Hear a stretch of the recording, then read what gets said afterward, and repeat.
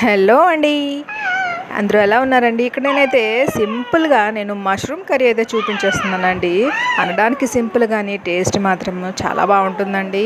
మీ ఇంట్లో అందరికీ కూడా ఫేవరెట్ అయిపోతుంది, అంత టేస్టీగా అయితే వస్తుంది. తప్పకుండా ట్రై చేయాల్సిన రెసిపీ అండి. అండ్ ఈ సీజన్లో మనకి చాలా అవైలబుల్గా ఉంటాయండి మష్రూమ్స్ అనేవి. మష్రూమ్ గ్రేవీ కర్రీ అండి.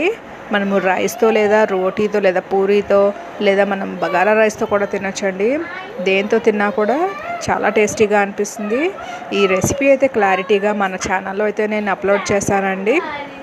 తప్పకుండా ట్రై చేసి మీకు ఎలా కుదిరింది అన్నది, అలాగే మీ ఇంట్లో వాళ్ళు ఏమన్నారు అన్నది తప్పకుండా నాతో కామెంట్ సెక్షన్లో అయితే షేర్ చేయండి.